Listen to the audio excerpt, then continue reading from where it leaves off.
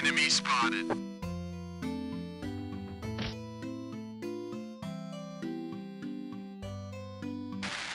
This episode is sponsored by CuriosityStream.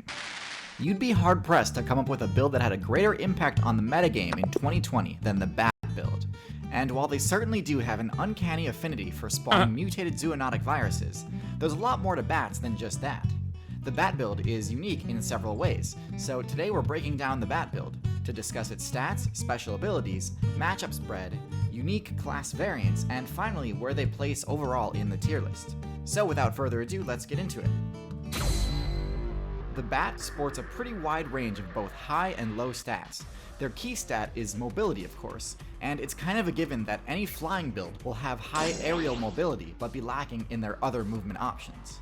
Bats take this a step further though, having thinner, more flexible wings that cover both their arms and legs, that allow for far greater speed and precision of movement mid-air than most bird builds can achieve. In fact, while technically peregrine falcons can reach higher speeds during their dives, bats actually hold the record for the fastest flight speed in the game. This incredible mobility comes at a cost though, as we'll see with the bats' other stats. Bats have some of the weakest defenses in the game. Their thin, membranous wings are far less resistant to tears and scratches than feathered wings, meaning even a single hit from a relatively weak attack or mid-air collision might mean game over for a bat player. The bat's other stats also tend to be quite low. They aren't exactly stealthy flyers, and make much more noise than other nocturnal aerial builds like the owl. They also have pretty abysmal damage output. This makes sense though, as they don't really need it for offense, and if they're ever attacked, their defense and HP are so low that it would already be too late to strike back. So it's actually optimal to just stick to their hypermobile strategy and hope their other special abilities can carry them. Before we get into discussing special abilities, first we have to break down the different variations within the Bat class, since the most important special abilities are not shared among all bats. All of these variations fall into one of two categories: microbats and megabats.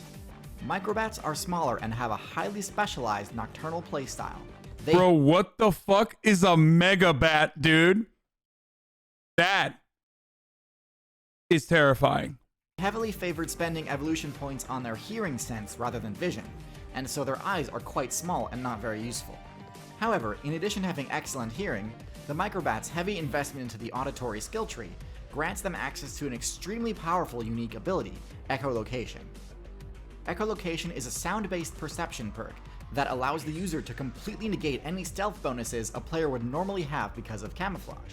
It also allows bats to track the location of other flying players in the air, giving them greatly increased accuracy against airborne targets. It also greatly lowers the risk of collision while flying in tightly packed groups or through dense forests. This ability is definitely the most impressive aspect of the Bat build, and the most integral to making their nocturnal playstyle viable.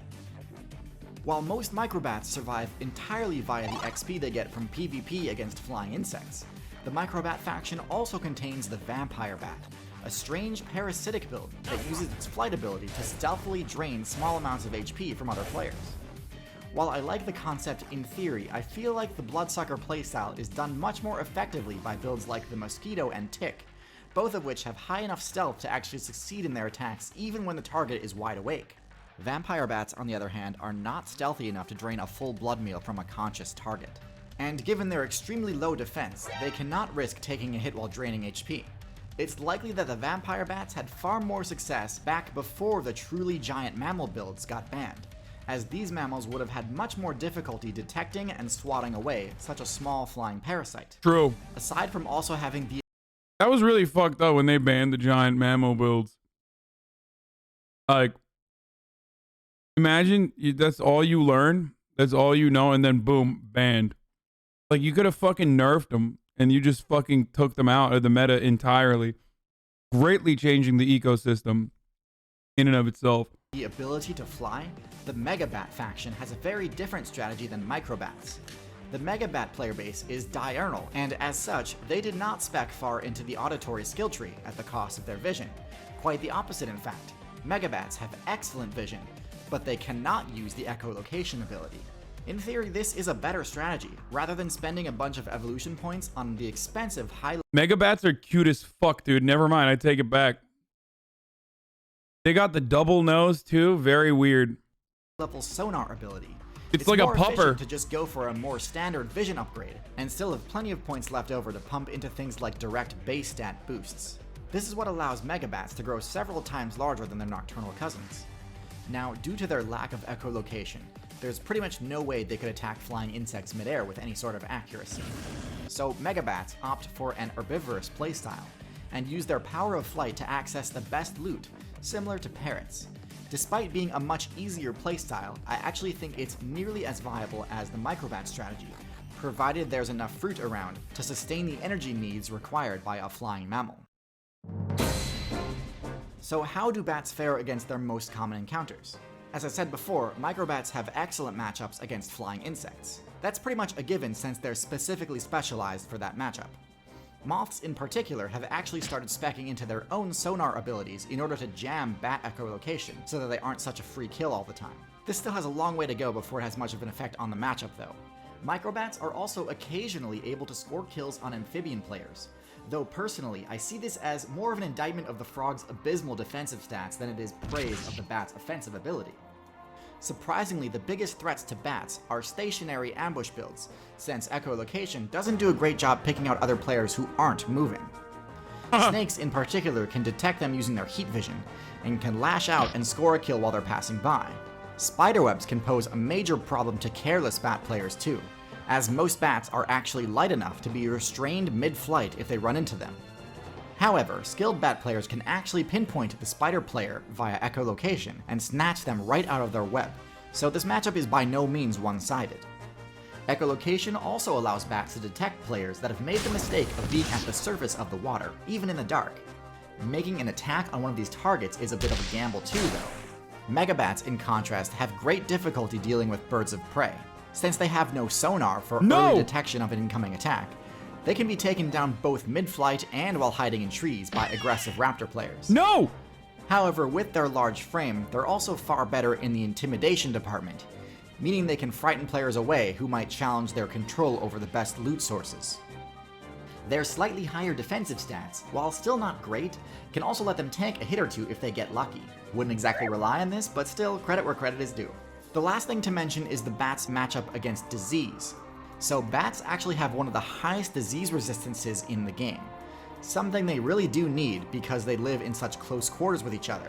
Because of this, the pathogen mains who do target bats have to spec into some extremely powerful virulence perks, which is why the pathogens that switch targets from bats to something else tend to be quite difficult for non-bat mains to fend off. Oh yeah. Their incredible immune systems seem to have the secondary effect of granting bats unnaturally long lives. Most builds with similar metabolisms and sizes to bats only live a fraction as long. Overall, I think the bat sits at a comfortable C tier. Their choice of abilities is expensive, and I'm not entirely— Wait. Humans are S tier? Cats are S tier? Whoa, we gotta watch some of these other ones, dude. Yo, they fucking put our boy bats in the C tier. Sits at a comfortable C tier. Their choice of abilities is expensive, and I'm not entirely sure that it has paid off when weighted against the sacrifices they had to make to their base stats. Of the 3 flying factions in the game, I actually think bats rank the lowest overall. Birds have them beat in terms of versatility and practicality, as they can fly longer distances and have more durable wings. Insects— This is so dumb. New Zealand with the fucking practicality, as they can fly longer distances oh, come on, and have more dude. durable wings. Insects have bats beat in terms of defense, being able to fly while still rocking some pretty solid armor. Nonetheless, the bat's flight precision is quite respectable, and highly skilled bat players can accomplish quite a lot using the bat's limited tools. I expect the bat's position on the tier list to rise as the current meta continues to centralize around the city biome, something microbats excel at. The bat's incredible disease resistance is also not to be overlooked. In fact, human data miners are trying to crack the code to see if the bat— That's Anthony Fauci, George Orwell, 1987. That's what the Wuhan lab, brother. bat's immunity is something that can be used as a model for advancing the human Wuhan medicine lab. ability. This is the subject of the excellent documentary series Breakthrough, which chronicles the research that was done this year regarding the huge nerfs the human player base had to deal with in 2020. You can watch the whole series right now. Okay, the optimal team comp This episode